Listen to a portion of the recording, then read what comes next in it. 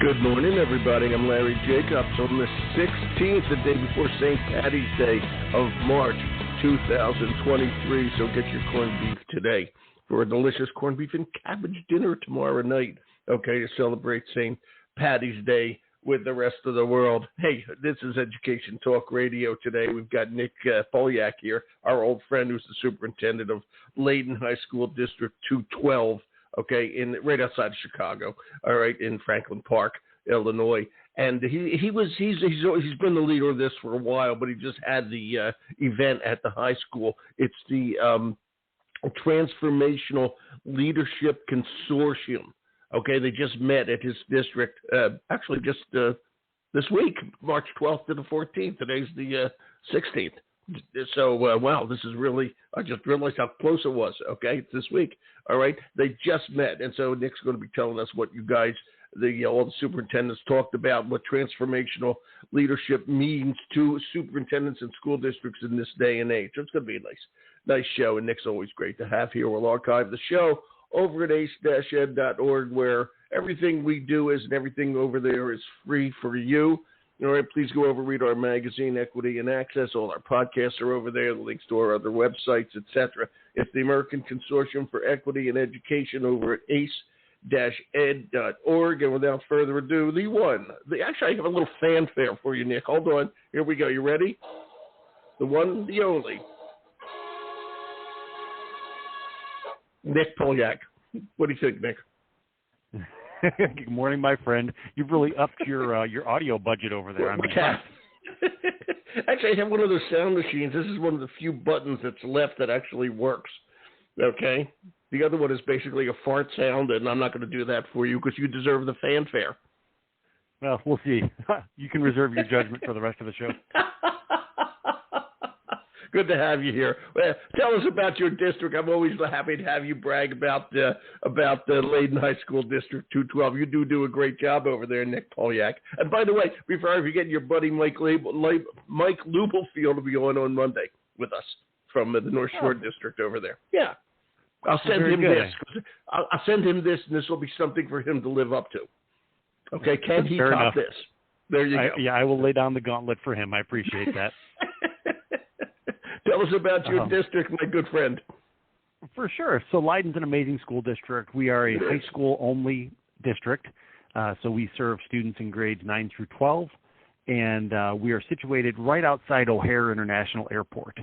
So if you think about the greater Chicagoland area, we are the 7 communities to the east and south of the airport. We have 2 large comprehensive high schools, in total about 3,500 students. And very diverse community. We're about 70% Latinx, but our quote-unquote white students speak over 30 languages. We have a lot of first and second generation, Central and South American and Eastern European students. And so it's just a really kind of wonderfully eclectic school community, and just amazing students, teachers, administrators, parents, our board. Larry, I don't know if I've ever told you, but there's 2 amazing statistics I love to share with people about our school district. This is my 10th year as superintendent here. Congrats. And That's great. I'm the 5th. Thank you. And I'm the 5th superintendent here since 1952. Wow. So you think about that. In 71 years, we've had 5 superintendents. And our current school board president, Greg Ignofo, is the 2nd school board president we've had in the district since 1980. So in 43 years, we've had 2 school board presidents. So just amazing consistency that just provides a lot of trust and inertia and positive momentum. As I've always said, Nick, you are a shining example, and your district obviously represents that too. We've gone over a long time, and especially since the pandemic, there's superintendent turnover. A lot of people had a lot of pressure put on them, during the pandemic, and a lot of political pressure, I might add. Okay, and as a result, a lot of superintendents said, I'm getting out of here as soon as I can. All right, so that hurts the kids. And before that, the average length of a superintendent's tenure, and I don't know what exactly it is now, but it used to be about 3 to 5 years. So, congratulations to you, okay, for 10 years, and congratulations to the district for being so stable and having such a nice community. And that allows you to get things done, right? It makes it possible. And I have to ask, you still have I believe you have students that sit with the school board. Am I correct on that? We do. Yeah, we have a school board meeting tonight.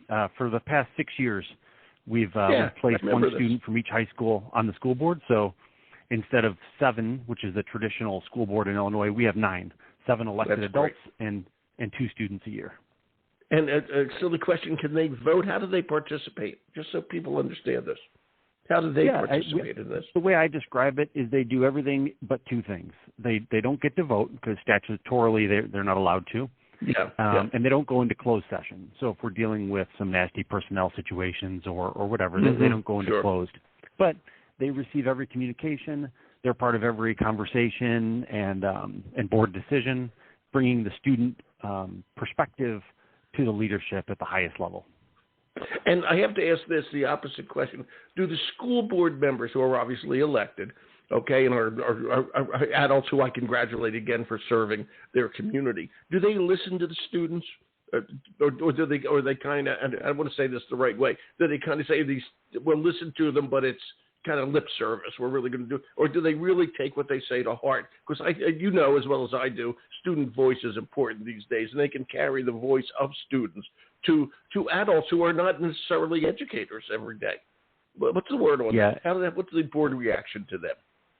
No, Larry, I would say they not only listen, they seek input from them. And so when there's a conversation happening, the board will turn to the students and say, what do you think? Or what are you hearing from your classmates about this issue? And so they want that. So it's not lip service. They're there as equal participating members alongside those adults. It's a good district, Nick. I got to tell you, and you make it. You're part of the reason why it is good, but it's really a good district. And as we've talked over the years, I can't congratulate you enough for the good work you've been doing over there. And I hope we can get some more work out that you're doing today. This used to be the AASA, and thank you, Jimmy Minichello, over there for helping me get this show together. Okay, this used to be the Digital Consortium for AASA. And I guess now we finally realize that education is technology. It's not new anymore, so to speak. So it's become the Transformational Leadership Consortium. That's the new name of it. What's the difference between the two in your eyes? And you've been leading this for quite a while now. Yeah, let me give you a little history. This group has been in existence for about 8 years. We were the first consortium that that AASA created. They brought a group of us. Oh, I didn't know that. Yeah. We went to the headquarters of Amazon out in Seattle. That was the very first meeting 8 years ago. And part of the reason that I got involved is our school district back in 2012 became one of the first 3 school districts in the country to go one-to-one with Google Chromebooks and Google Apps. And so we were at this kind of forefront of school districts coming from around the country to visit us to see what this looked like. What does teaching and learning look like in a one-to-one environment? And so back then, we were the Digital Consortium. We were bringing together school districts that were trying to figure out what these new technologies were going to mean in teaching and learning. Yeah. And so we have a collection of school districts and superintendents from around the country that get together to build community, to go on site visits and see the amazing things happening in schools across the country. And as the years went on, digital was becoming much more ubiquitous. That's normalized. And so our site visits were really about transformational programming and practices. And so we rebranded the group from Digital Consortium to the Transformational Leadership Consortium, which we affectionately call the TLC. And then we're just moving forward. Tender loving care, TLC, I might add. Yeah, it's amazing. But you know what's interesting about this? And when they just visited you, because when we moved the digital, like you said, it's just part and parcel of everyday life. So the change has been made. Okay, so now we got to go to the next level, if I may.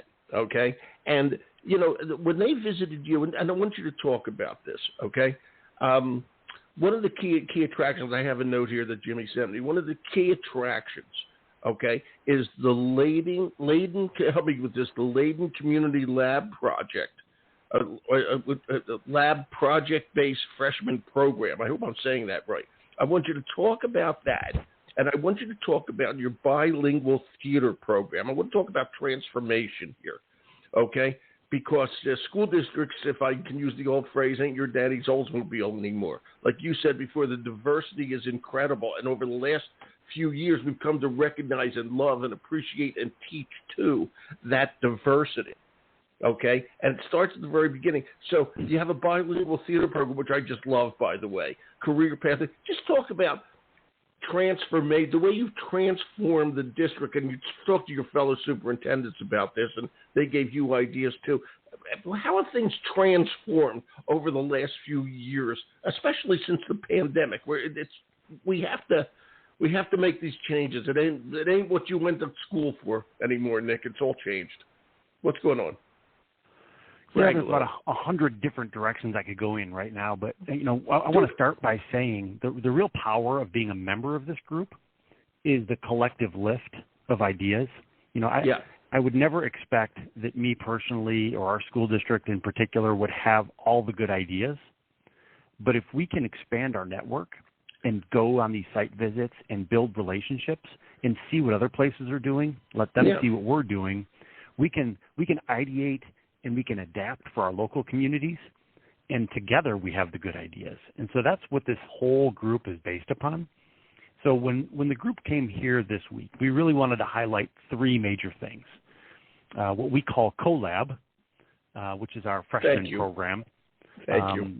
Our bilingual theater program called Teatro Leyden, and then our bevy of career pathways and dual credit and early college programming. So I'll just kind of run down that for you.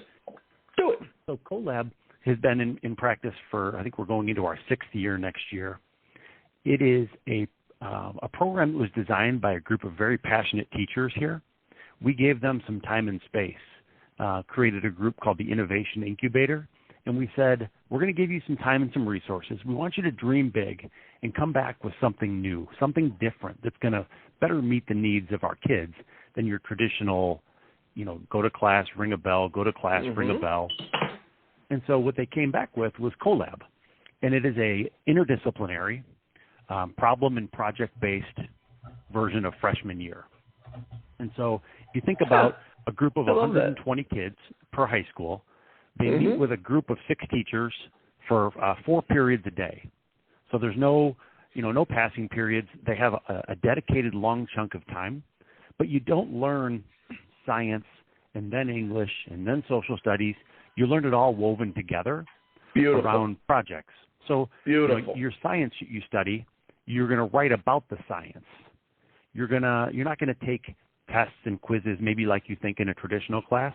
You're going to have exhibitions around themed units where the community and your parents get to come in and see your work at the end. So you have a real live audience that you're actually executing work for. The benefit of this, Larry, is collaboration and team building and confidence and public speaking. I mean, it is truly turning out students that are different. They have a different skill set that matches the modern world and what they're going to need to be successful. The confidence, the individuality that the kids get to bring, the community involvement, they're out there running projects. Right now, our CoLab students are partnering with one of our municipalities to improve the tree canopy in the community. And so the students, as part of their science curriculum, are going door to door and offering free trees to community members in partnership with the village to improve the local tree canopy. It's amazing. And, when you can't do that in a traditional 45-minute period. But if you have a program where you have a block, then we can say, all right, teachers, put the kids on a bus. You got 4 hours a day. Do what you need to do. They're completely redefining what school looks like. They have I'll pause there. So let me ask you 2 questions on that. The kids do that in their freshman year, and by the way, I think that's wonderful. All right, I really do. And back when I was a teacher, we had team teaching. I was on a team. The rest of the school was kind of like every other grade in your school. but we were a team. Okay, and we did that around several subject areas like endangered species and all that. It was a lot of fun, which brings up 2 points. Okay, the following year, their sophomore year, the kids go back to a regular schedule. All right, how's that work? When they're used to this wonderful team thing, okay, in this block of time, they're freshmen, it gets them involved. I love it. All right, now they go back, they're in the 10th or 11th grade now, and they end at whatever the grade levels are in the school, and they all of a sudden are back into the regular 45-minute periods. How's that work? How the kids doing with that?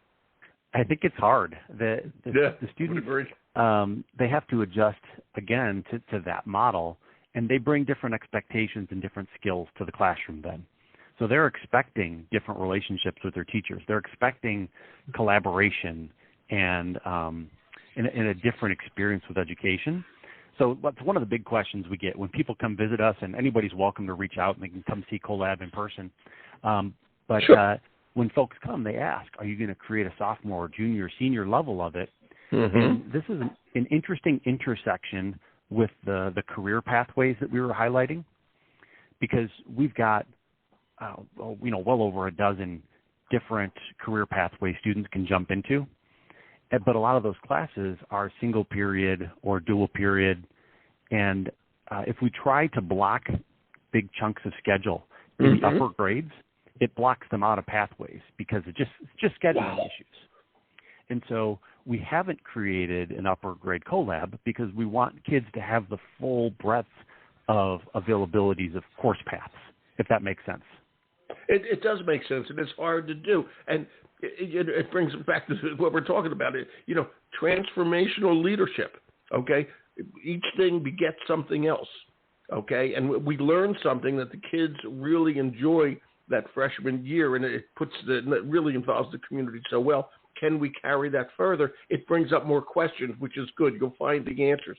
My other question is, and this is very important, I don't think you guys at Leyden have the challenge. I think you remember this conversation with you, but there's terrible challenges out there with teacher retention.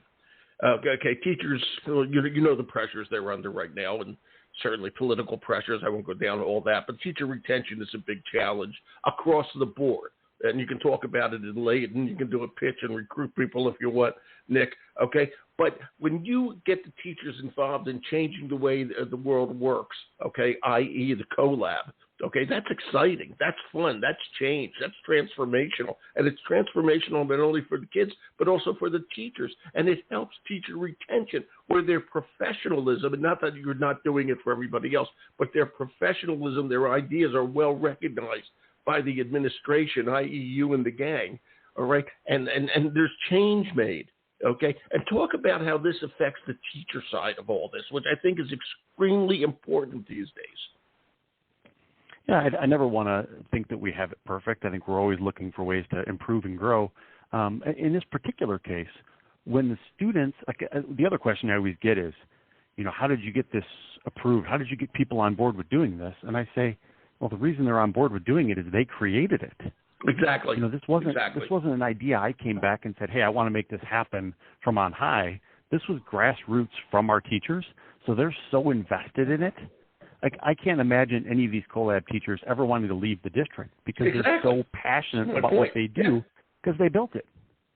They're engaged. We always say we want the kids engaged in learning. We want the teachers engaged in teaching.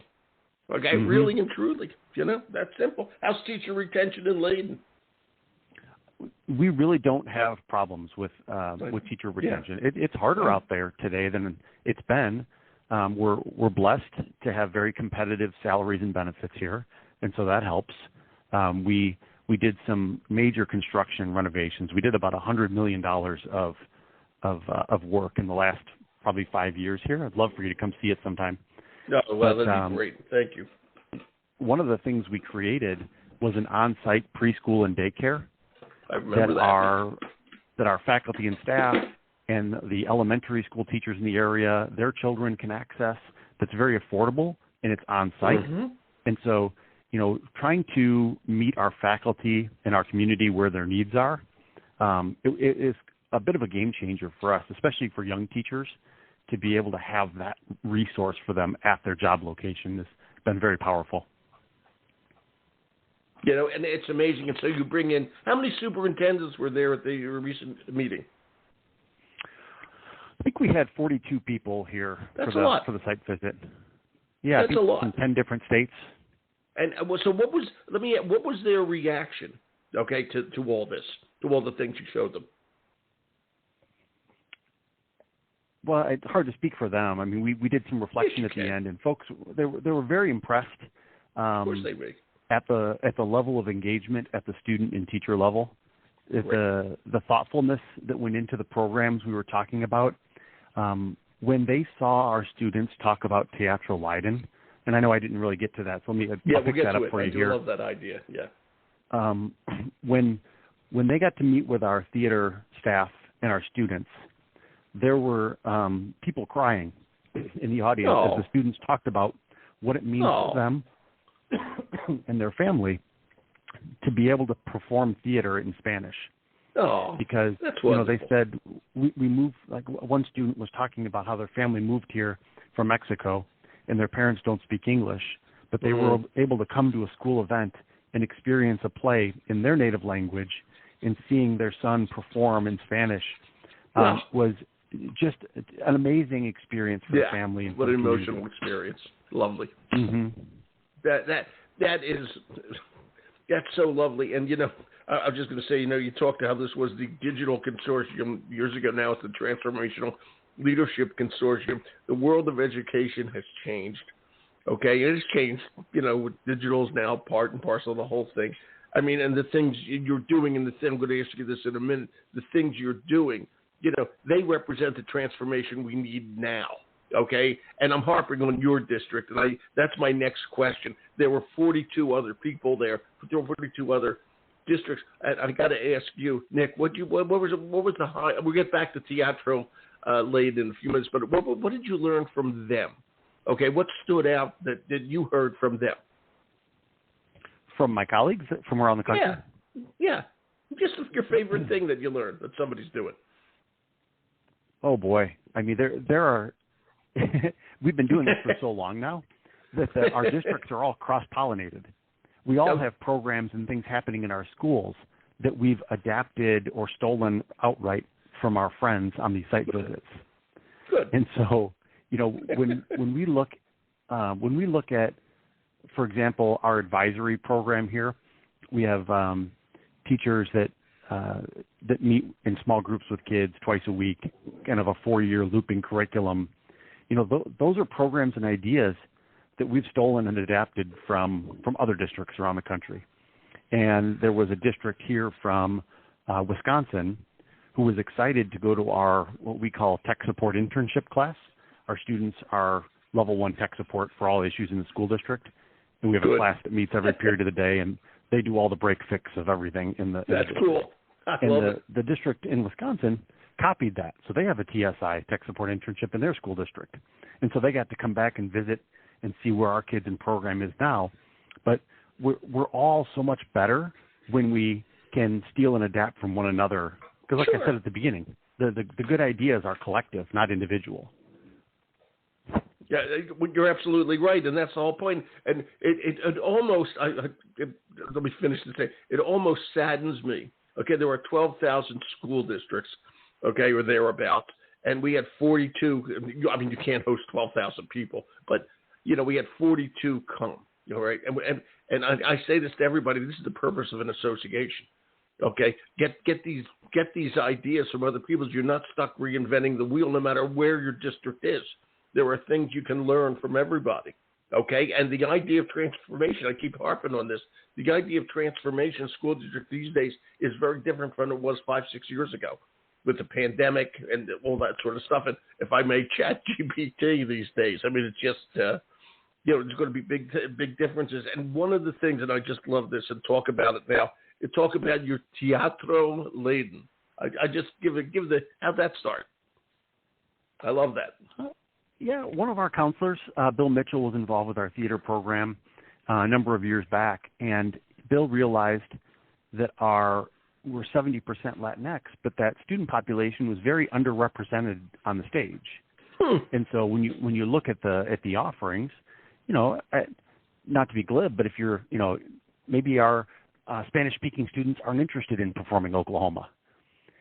And so he brought to us this idea of, could we pick a play that we cast twice with an English-speaking cast and a Spanish-speaking cast? It doesn't cost the district anything more, but then, maybe on Friday night at 7 is the Spanish performance, and Saturday night at 7 is the English performance. Wow. If there's bilingual students, they can be in both casts, and they can rehearse together and run lines together with each other in different languages. And so we just tried it, and it was a huge, huge hit. I mean, Larry, the individual stories I have. In the Trib or wherever. I mean, it's a great idea. It's just a great idea. And when I talk to other superintendents, the response is always the same. This is so simple. Why aren't we doing this? Exactly. It's so obvious, Vic. But yeah, so that's where it started. I mean, the stories, one of the coolest things that happened is the National School Board Association has these awards called the Magna Awards that they give out for top equity programs in the country. And a few years back, they named Teatro Leyden the top equity program in the U.S. in that year. Oh, nice. And so we got to go to this awards banquet, and they surprised us with a check from DonorsChoose.org as a congratulations. And so I went to our theater program, and I said, hey, we got this check. What do you want to do with this money? Do you want to repaint the floor? Do you want new lights? And they said, no, we want to commission our own play. So they reached out to a Chicago playwright, Nancy Garcia Loza, and Nancy wrote a play for Leyden, for Teatro Leyden, and we got to help workshop it and build it and develop the characters and the script along with her. And then we got to do the world premiere of that play called Wave.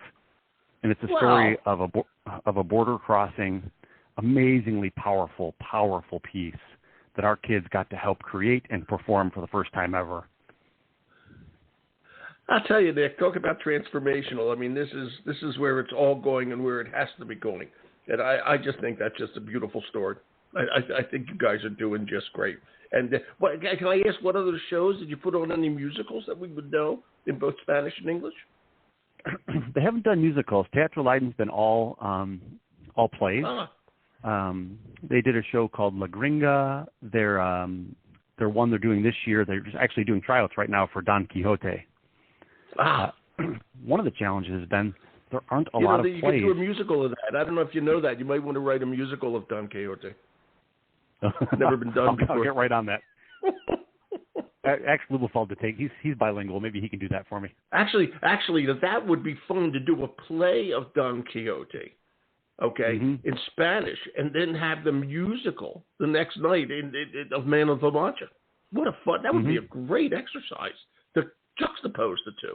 Wow, just an idea. You there? Yep, I'm still here. Sorry. Yeah, that's all right. You don't like that idea. You don't like that idea? I will. I'll definitely bring that. I like that idea. I don't get into their business of their programming. I'll just leave you alone on that one. I just show up and support them. I just think what you're doing is just super. Okay. If other superintendents, and I think 42 is too low a number, how do they get involved in all this? What do you want them to do? Sure. And if you go to the AASA website, they have all their programming and the different cohorts you can join. I mean, it literally costs a couple $1,000s for a school district to become a member of the TLC, and then you get to go on these 2 site visits. So next year, do you know our friend Glenn Robbins? From where? From where? He's Brigantine, New Jersey, out on the very far Jersey coast. Yeah. So in the fall, we're going to go visit Glenn's schools and see what he's doing over there. And then in the spring, I think we're looking to go somewhere maybe in the Austin, Texas area. Wow. But we just keep going every year, and it's about, growing together and collaborating and learning. But yeah, you can go on the AASA website and check out. There are other groups. There's a cohort that's focused on social emotional learning. There's a cohort based on rural schools. Early learning. I know you have an early learning cohort. Yeah, early learning cohort for sure. So there's a lot of options. Yeah. The biggest thing is just get engaged. It doesn't necessarily even matter. If our group isn't the one for you, pick another one. I think it's the one for everyone because education has to transform the work. You guys are making it work. Okay, and I think it's just great. Thanks for being here, Nick. And I will send this show to your buddy, Dr. Lubelfeld, and we'll see if he can top you. How's that sound? Best of luck to him. Thank you, Nick Polyak. You are one of the best superintendents out there and a good friend of this show. So thanks for being here today, Nick. Have a good day today. Always great Enjoy to St. Take care, Larry. Enjoy St. Patty's Day in Chicago, for goodness sakes. Turn that river green. It's already green. Been done. I'll talk to you later. Thank you, Nick. All right. Bye-bye. Take care. Bye-bye. Well, AASA. You heard it, aasa.org. Thank you, Nick Polyak. We're going to archive the show at ace-ed.org. Speaking of equity, check it all out. I'm Larry Jacobs. Thanks for listening.